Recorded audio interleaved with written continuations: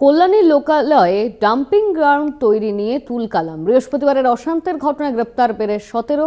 সারা রাত থানায় ছিলেন বিজেপি বিধায়ক অম্বিকা রায়। বিজেপি বিধায়ককে গ্রেপ্তার করা হয়নি জানিয়েছে পুলিশ। কল্যাণীর লোকালয়ে ডাম্পিং গ্রাউন্ড তৈরি নিয়ে তুলকালাম পরিস্থিতি।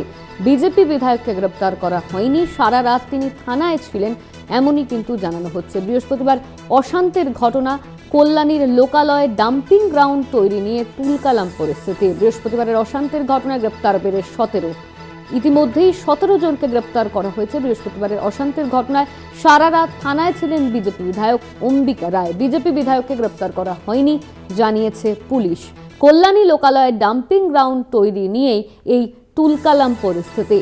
এই ঘটনাকে কেন্দ্র করে 17 জনকে গ্রেপ্তার করা হয়েছে এখনো পর্যন্ত।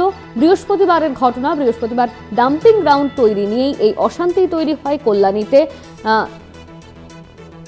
ইতিমধ্যেই বিজেপি বিধায়ককে গ্রেপ্তার করা হয়নি জানিয়েছে পুলিশ।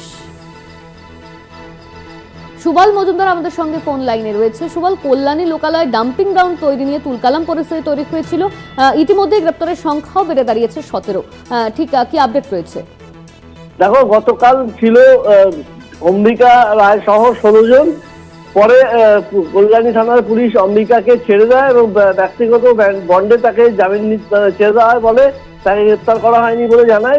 যদিও তিনি ব্যক্তিগত বন্ড দেননি, তারপরে তিনি দাবি করতে থাকেন যারা আরো আছে তাদেরকে ছেড়ে দিতে হবে এবং এই নিয়ে বেশ গতকাল একদম অনেক রাত পর্যন্ত সেখানে বিক্ষোভ চলে এবং শেষে বুঝিয়ে কল্যাণী থানার পুলিশ বাকিদেরকে মেডিকেল পরীক্ষার জন্য কল্যাণী জেএনএমে নিয়ে আসা হয় এবং রাতে আরো 2 জনকে, মোট 17 জনকে গ্রেপ্তার করা হয়েছে এবং তাদেরকে মেডিকেল চেকআপের পর আজ কল্যাণী আদালতে তোলা হচ্ছে।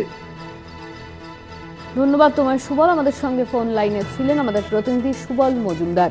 ইতিমধ্যেই এই কল্যাণী লোকালয়ে ডাম্পিং গ্রাউন্ড বসানো নিয়ে 17 জনকে গ্রেপ্তার করা হয়েছে পুলিশের তরফে। আজকেই তাদের আদালতে তোলা হবে।